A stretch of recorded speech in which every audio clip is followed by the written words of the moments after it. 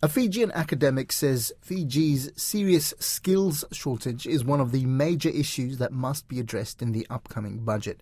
Deputy Prime Minister and Minister for Finance, Biman Prasad, will deliver the latest national budget on Friday. Among the issues plaguing the country is inflation, the cost of living crisis, unemployment rates, brain drain, housing and government debt. Many Fijian citizens are migrating abroad, and most of them are skilled and semi-skilled workers, making up around 15% of the total labour force.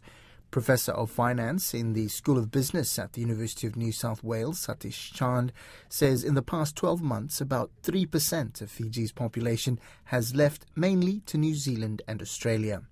Elisha Foon spoke with him to find out more.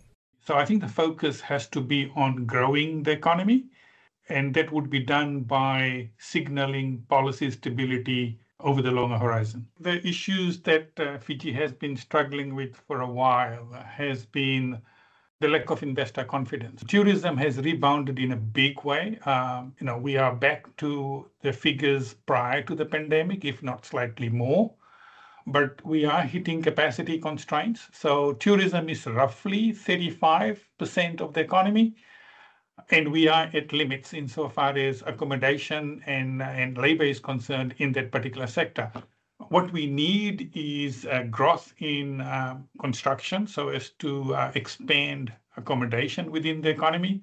We also need a lot more skills, but those things will only happen if there's a stable climate for investment, skills acquisition, as well as in construction. How does the government tackle cost of living, housing and unemployment? So two things. One, there has been a spike in inflation. So as of April this year, inflation was recorded at around 7%, which is high. I mean, this is figures from the Reserve Bank of Fiji. But I understand that it is on a downward trajectory. So I think there's some good news on that front.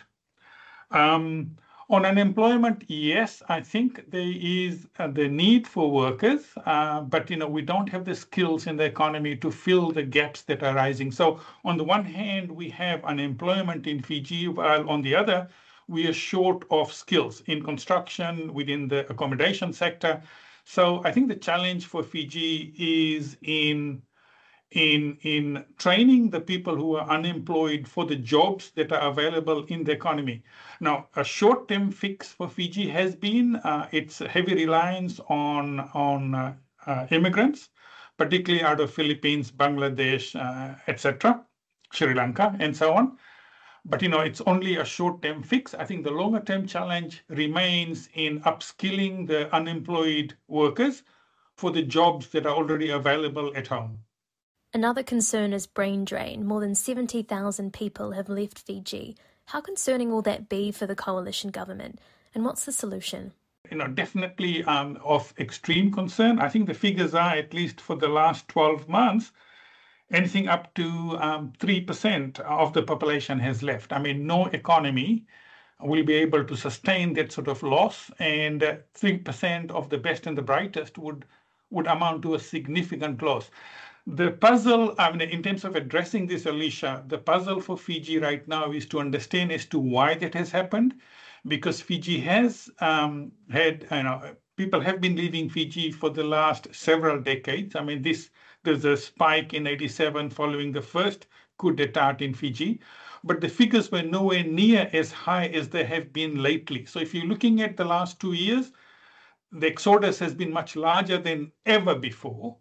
So if you're looking at how to address that, how to reduce that loss, then the question to be asked is as to what are the drivers for the significant loss of folks from home.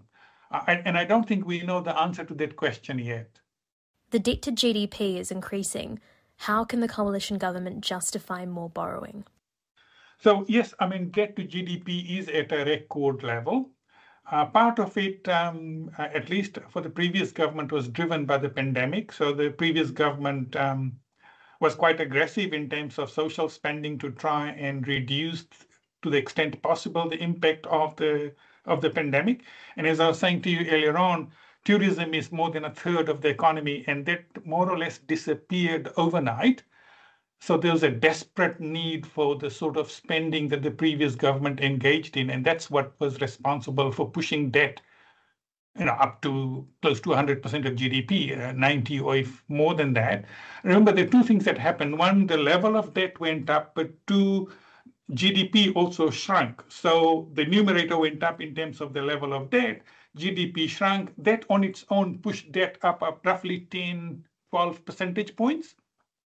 And then extra debt was taken. I mean, I think the current government is correct in trying to reduce that debt because the fiscal space to take on more debt is pretty limited for Fiji. And God forbid, but if we faced another natural disaster, then Fiji would need the funds to be able to address some of those difficulties.